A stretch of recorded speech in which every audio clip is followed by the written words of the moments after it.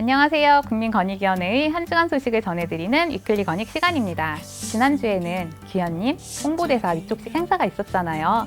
저도 행사 진행하면서 진짜 운이 좋게도 옆에서 가까이 지켜봤는데요. 방송에서 보던 이미지만큼이나 바르고 좋고 착하고 잘생기고 너무 그대로시더라고요. 위촉식 영상은 이미 다들 보셨겠지만 거기서 끝이 아니거든요.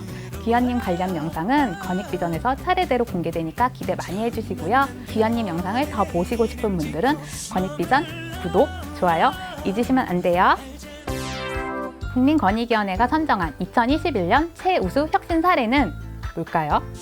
국민권익위원회는 지난달 23일 2021년 국민권익위원회 혁신 우수사례 경진대회를 개최했는데요. 그 결과 채용 신체검사 대신 국가건강검진 결과를 활용해 구직자의 부담을 경감한 사례가 최우수 혁신 사례로 선정됐습니다. 국민권익위원회는 참여, 사회적 가치, 협업, 일하는 방식 등 3개 분야에 출품한 13건의 혁신 사례에 대해 국민적극행정 모니터링단과 국민권익위원회 혁신 어벤져스, 혁신 주니어보드 플러스의 예선 심사를 거쳐 8건을 선정했고 이 중 4건을 혁신 우수 사례로 최종 선정했습니다. 최우수 혁신 사례로 선정된 채용 신체 검사를 국가 건강검진 결과로 대체해 구직자 부담을 해소하는 방안의 주요 내용을 살펴보면 채용 절차의 공정화에 관한 법률에서는 채용 심사 비용을 구직자에게 부담시키지 못하도록 하고 있는데도 채용 과정에서 신체 검사 비용을 구직자에게 부담시키는 경우가 많았다고 해요. 그래서 국민권익위원회와 국민건강보험공단이 긴밀한 협업을 통해 제도 개선을 추진했는데요.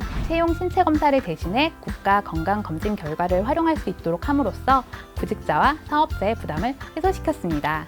이 밖에 간편하게 신고하고 알아서 알려주는 청년 포털 부패 공익신고 시스템 구축, 경제적 약자 및 소상공인 행정심판 국선 대리인 지원, 공연장, 휴양림, 체육관, 공공시설 불공정 위약금, 갑질 문화 폐기가 우수 사례로 각각 선정됐습니다. 이렇게 선정된 4건의 우수 사례는 이달 말 행정안전부가 주관하는 2021 정부 혁신 우수 사례 통합 경진대회에 출품할 계획인데요.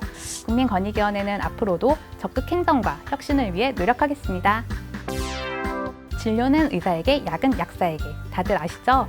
그런데 처방전에 따라 알약을 조제받은 후 조제료를 내지 않고 다시 가루약으로 조제해달라는 환자의 요구를 약사가 거부했다면 이게 약사 자격정지 사유에 해당할까요? 국민권익위원회 소속 중앙행정심판위원회는 조제가 끝난 알약 대신 가루약으로 조제해달라는 환자의 요구를 약사가 거부한 것은 정당하다고 결정했습니다. 경기도에서 약국을 운영하는 약사 A씨는 2017년 12월경 알약 처방전을 갖고 온 환자 보호자에게 처방전에 따라 알약을 조제하고 복약 지도를 한 후 조제료를 청구했다고 해요. 그런데 환자 보호자는 가루약으로 바꿔달라고 하면서 조제료를 내지 않은 채 병원에서 가루약 처방전을 다시 받아와 조제를 요구했다고 하는데요. 약사는 알약 조제가 끝났으니 알약 조제료를 먼저 줘야 가루약을 조제해 줄 수 있다고 했고 환자 보호자는 이 약사를 약사법 위반으로 경찰에 신고했다고 합니다.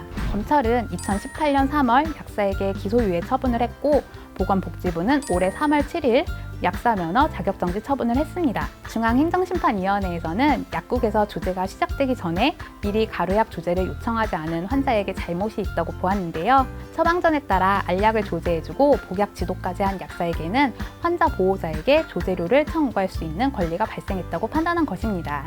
정당한 이유 없이 조제를 거부하는 행위는 국민의 생명과 건강을 위해 엄격히 제재해야 하겠지만 약사들이 부당하게 불이익을 당하는 사례가 없도록 거부 행위의 동기, 내용, 구체적인 사정 등을 고려한 사례입니다. 요즘 고양이, 강아지 등 반려동물과 함께하는 분들이 많은데요. 반려동물을 키우는 가구가 무려 638만 가구나 된다고 해요.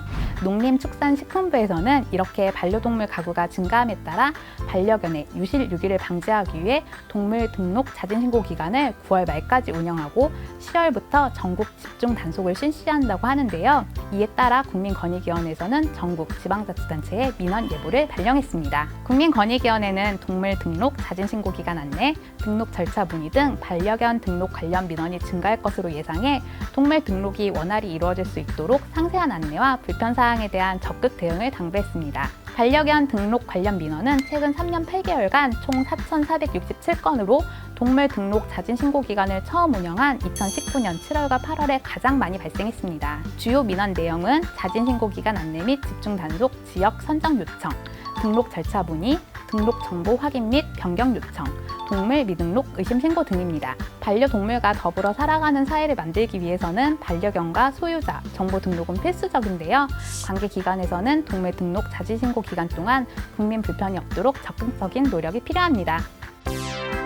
이번 주에도 국민권익위원회의 다양한 소식을 전해드렸는데요. 더 많은 소식, 자세한 내용이 궁금하시면 국민권익위원회 페이스북, 트위터, 블로그 또는 누리집에서 배포되는 보도자료를 참고해주세요. 민족 대명절 추석이 한 주 앞으로 다가왔는데요. 맛있는 음식도 많이 드시고 가족, 친지 등 가까운 분들과 따뜻한 정 나누는 추석 되시길 바랄게요.